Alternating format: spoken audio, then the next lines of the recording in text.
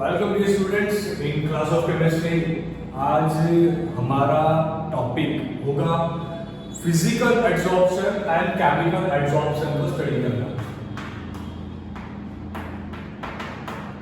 Physical absorption and chemical absorption.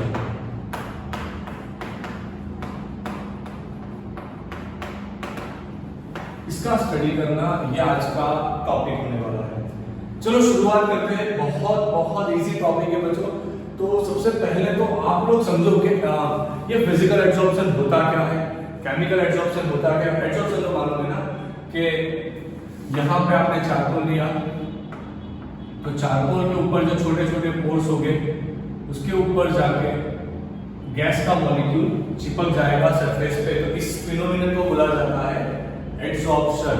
Okay, अब पहली बात तो फिजिकल एब्जॉर्प्शन क्या चीज है, केमिकल एब्जॉर्प्शन क्या चीज है।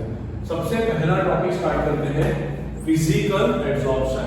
देखो, अब फिजिकल एब्जॉर्प्शन में क्या होगा, मान लीजिए कि ये चारकोल है। ओके, ये चारकोल है। अब यहाँ पे गैस लिया हुआ है, गैस का मॉलिक्यूल होगा। अब जैसे आप जानते हो कि एट लोअर टेम्परेचर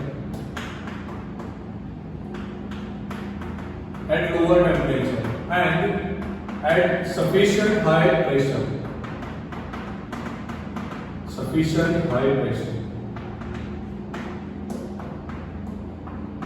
अगर आपने टेम्परेचर लो कर दिया, सफिशिएंट हाई प्रेशर दिया, तो जैसे मैंने लास्ट सेशन में आपको बताया था, ये मॉलिक्यूल इसके नजदीक जाएगा एंड यहाँ पे जाके वो van der Waals force of attraction से वो चिपक जाएगा। अब जैसे आप जानते हो कि van der Waals force of attraction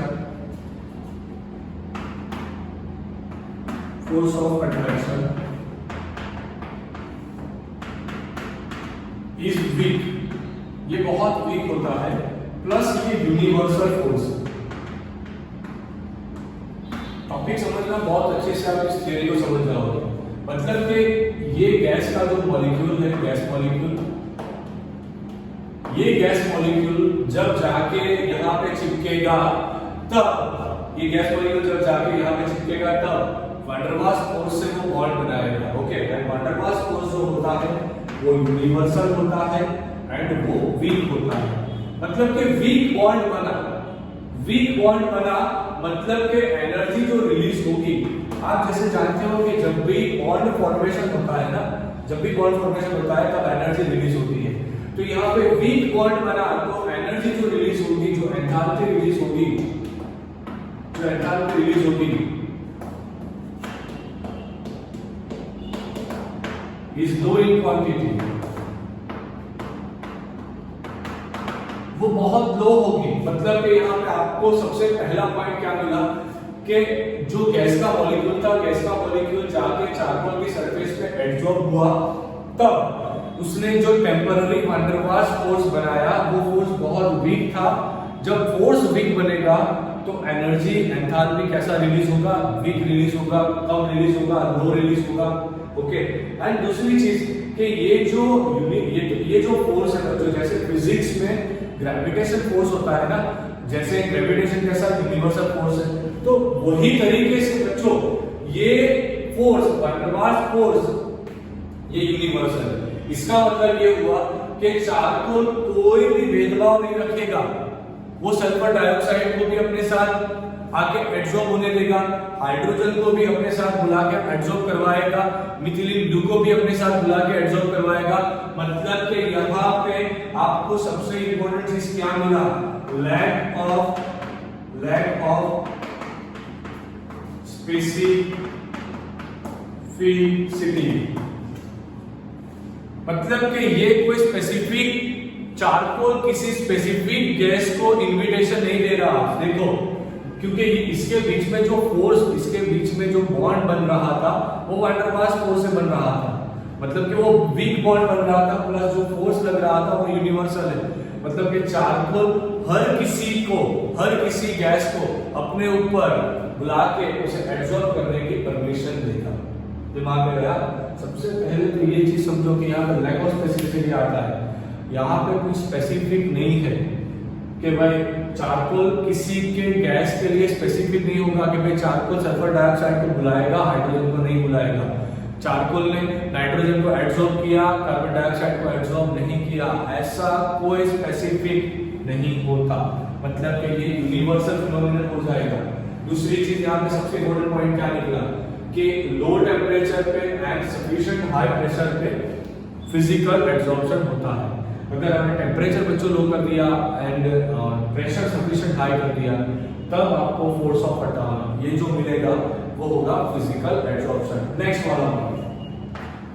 वाला इतना दिमाग में गया, बढ़िया, चलो बहुत अच्छा। अब नेक्स्ट वाला, as surface area increase, as surface area is increase, as surface area is increase, जैसे ही आपने सरफेस एरिया को इंक्रीज किया, जैसे ही आपने सरफेस एरिया को इंक्रीज किया, एब्जॉर्प्शन इंक्रीज,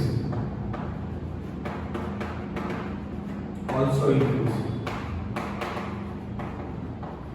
ये चीज समझो बच्चों आप लोग बहुत अच्छे से।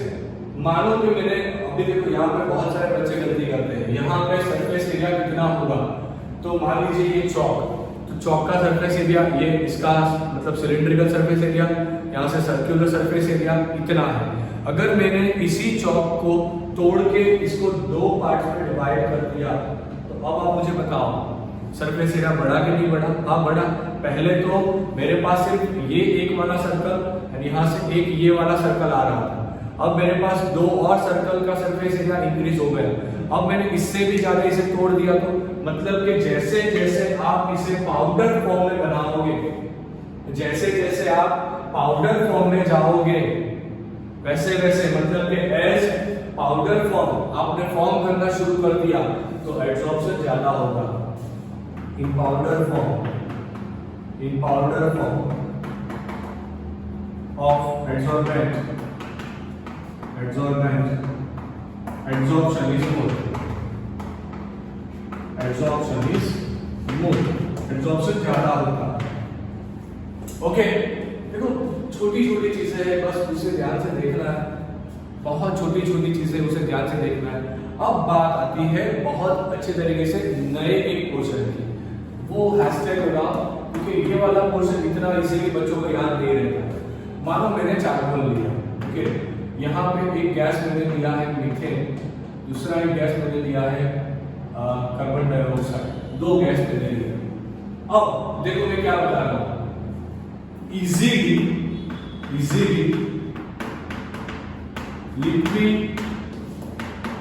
लिक्विफिकेबल गैसेस एब्सॉर्ब मोर, जो इजीली लिक्विफाइड हो सके वो इजीली जाके एब्सॉर्ब होएगा। बस बात करें, जो गैस इजीली लिक्विफाइड हो जाए, जो गैस इजीली लिक्विफाइड हो जाए वो इजीली एब्सॉर्ब नहीं हो जाएगा। तो अब क्वेश्चन आता है कि ये कार्बन डाइऑक्साइड एंड मीथेन दोनों में से कौन इजीली लिक्विफाइड होगा? तो दूसरा कंसेप्ट यहाँ पे आपको लगाना पड़ेगा, वो है critical temperature। as critical temperature high, gas is easy to liquefy,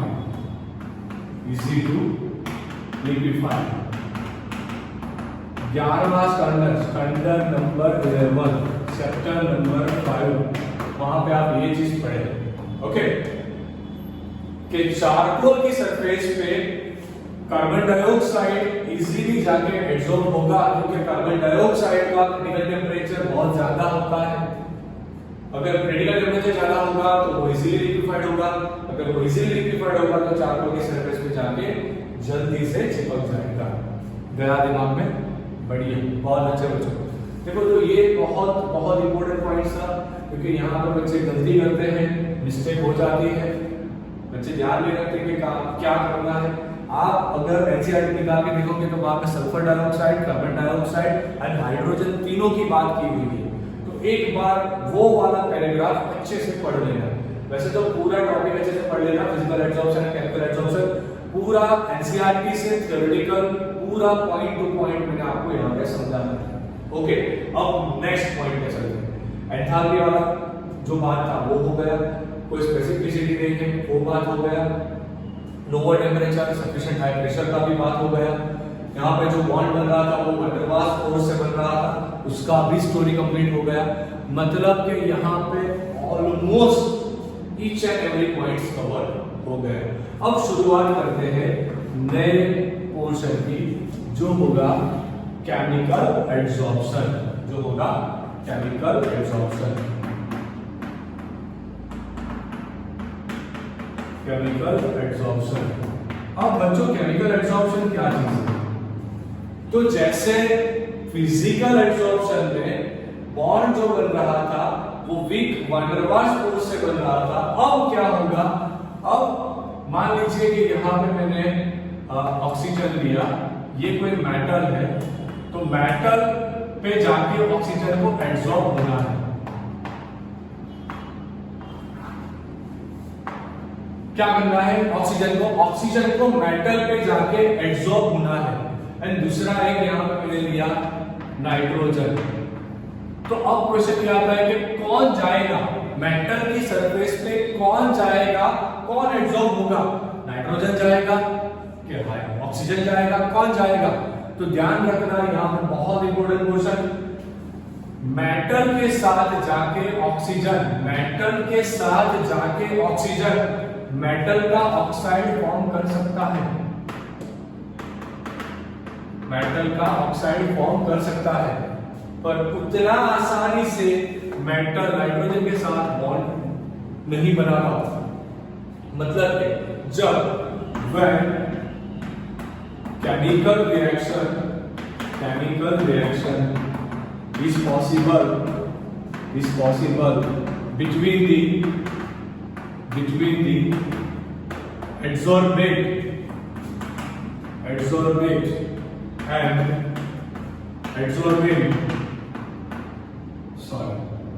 adsorbent, then strong ionic or covalent bond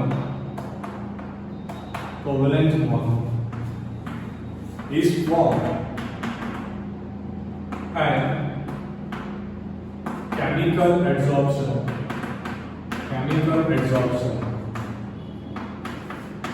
take place। समझ में आया? जब एड्सॉर्बेंट एंड एड्सॉर्बेट के बीच में केमिकल बॉन्ड बन सके, ओके, कोई केमिकल रिएक्शन पॉसिबल हो पाए, तब जाके केमिकल एड्सॉर्प्शन होगा, तब जाके क्या होगा? Chemical adsorption. इसे शॉर्टली फिजियोप्शन भी बोला जाता है, और इसे शॉर्टली केमिसॉर्प्शन भी बोला जाता है। ओके, तब जाके केमिसॉर्प्शन होगा। पहले तो ये चीज आपको समझना है, ओके, क्योंकि मेटल के साथ ऑक्सीजन जाएगा तो बहुत आसान तरीके से वो मेटल ऑक्साइड फॉर्म करेगा, पर नाइट्रोजन उतना आसानी से मेटल के साथ बॉन्ड नहीं बना पाता,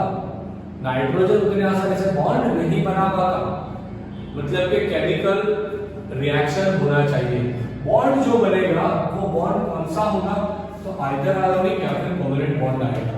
अब आयोनिक कोवलेंट बॉन्ड का जो स्ट्रेंथ होता है वो वंडरवाल्स फोर्स से तो कहीं ज्यादा होता है।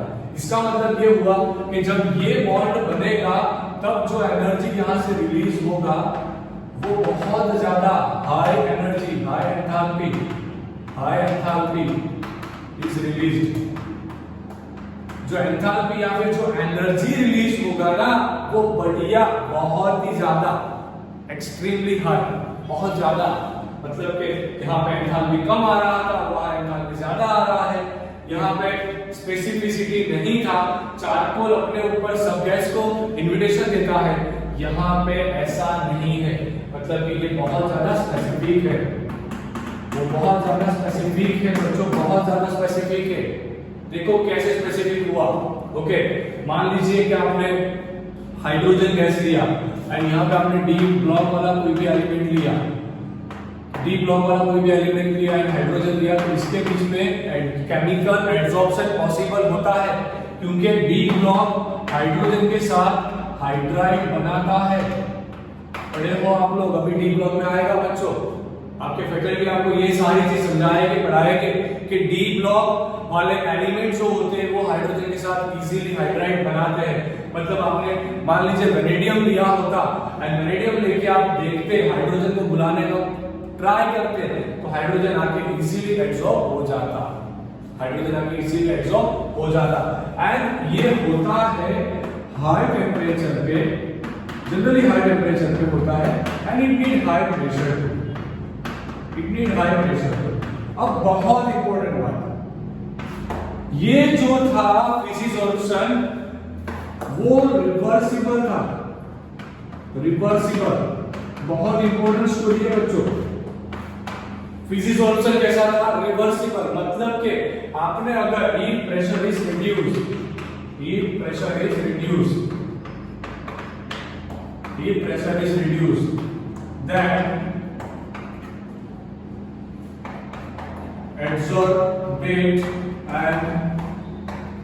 adsorbent is separate।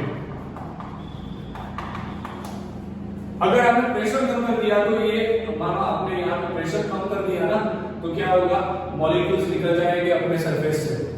मतलब कि फिजिसॉल्यूशन कैसा होता है? रिवर्सिबल होता है, पर केमिसॉल्यूशन नॉन रिवर्सिबल होता है। कैसे? आपने यहाँ पे ऑक्सीजन को आने दिया, ऑक्सीजन आके यहाँ से ऑक्साइड बनाना शुरू कर दिया। अब आप क्या करोगे, मान लीजिए देखो यहाँ पे बेसिक एग्जांपल देता हूँ, सिल्वर लिया, सिल्वर को देखोगे तो जैसे टाइम जाएगा वो ब्लैक हो जाएगा, टैनिश हो जाएगा। वो ब्लैक टैनिश क्यों हुआ? क्योंकि ऑक्सीजन ने आके उसके ऊपर केमिसॉल्यूशन किया हुआ है। अब आप जैसे ही उसके ऊपर कुछ बेसिक मतलब के कोलगेट के कुछ भी आपने वहां पर रब करना शुरू कर दिया तो होगा क्या बच्चों? होगा क्या? वहां पे बेसिकली एक ही चीज होता है, आप बाहर से एक लेवल को निकाल रहे हो, बाहर से एक लेवल को आप निकाल रहे हो, मतलब कि आपने बाहर से ब्लैक लेयर उठा लिया, पर बच्चों वहां पे मेन जो सिल्वर था ना वो कैसा हो गया? कम हो गया। समझे?